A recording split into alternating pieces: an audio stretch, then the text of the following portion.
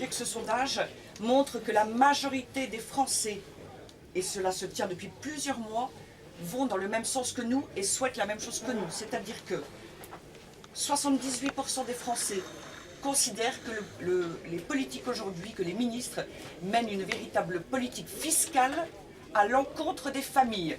La fiscalité est un levier majeur en politique qu'on peut utiliser pour ou contre les familles, les régions, etc.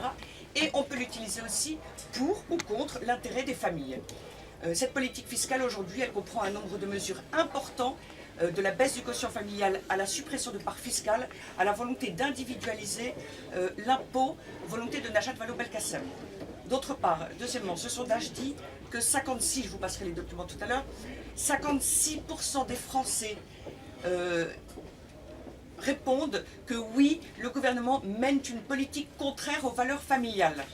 Alors nous-mêmes, nous parlons plutôt que de réalité que de valeurs, mais ils vont dans le même sens que nous, à savoir qu'il y a bien une homophobie réelle, une familiephobie réelle d'un certain nombre de membres du gouvernement, mais nous viendrons à propos de politique familiale. Troisièmement, la PMA pour les couples de femmes, 51% des Français se déclarent opposés, donc vous voyez bien qu'il n'y a aucune demande du peuple français d'aller dans ce sens-là. Et quant à la gestation pour autrui, eh bien 56% des Français y sont également opposés. Donc ce que nous disons, valeurs républicaines, valeurs universelles, est tout à fait représentatif de l'opinion publique française et nous sommes de fait des citoyens tout à fait respectables et même courageux puisque nous défendons à l'encontre d'un gouvernement qui est extrêmement idéologue, nous défendons des positions importantes pour les droits de l'enfant à avoir un père et une mère et pour les familles.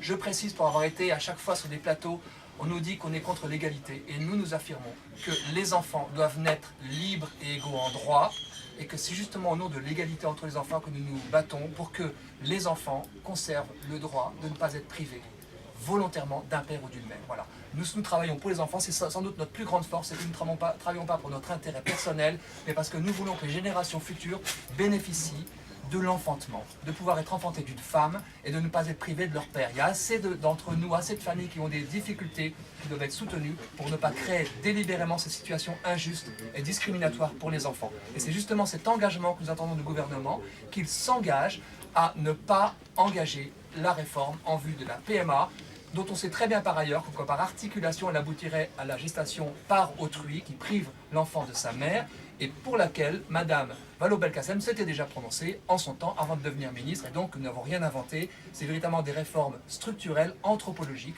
Nous défendons une vision de la société qui est simplement celle du droit de l'enfant et nous attendons que le gouvernement prenne des engagements fermes au lieu d'être dans cette panique à bord qu'on voit aujourd'hui et qui finalement ne fait que vouloir peut-être nous enfumer en attendant les élections et d'autres échéances pour mieux ensuite faire avancer cette idéologie. Je pense qu'on parlera après de celle du genre, de cet immense déni, je pense que c'est toi Jérôme qui en parlera, mais de cet immense déni assourdissant, tellement assourdissant que je crois qu'il vaut aveu, mais nous avons les preuves que cette idéologie avance aussi de manière insidieuse et c'est je crois la deuxième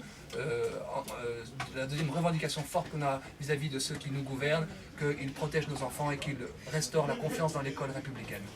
Organisateurs, porte-parole de la Manif pour tous, sommes soumis à une grande pression, des intimidations, des menaces. J'ai moi-même été, nous n'avions pas voulu en parler avant la manifestation, victime d'une agression par une quinzaine d'individus en sortant de la préfecture de police il y a 3 jours. Jeudi dernier, je sortais du bureau du préfet quand 15 membres d'un groupuscule antifasciste me sont tombés dessus. Et je peux vous assurer que quand vous arrivez au commissariat couvert de crachats, en ayant été bousculé, etc., c'est quand même une situation qui est difficile à vivre. Alors, les événements ont fait qu'on s'est vite remis dans les préparatifs. Néanmoins, je m'étonne qu'aujourd'hui, les 4 individus très défavorablement connus des services de police qui ont été interpellés porteurs d'armes, ont été relâchés.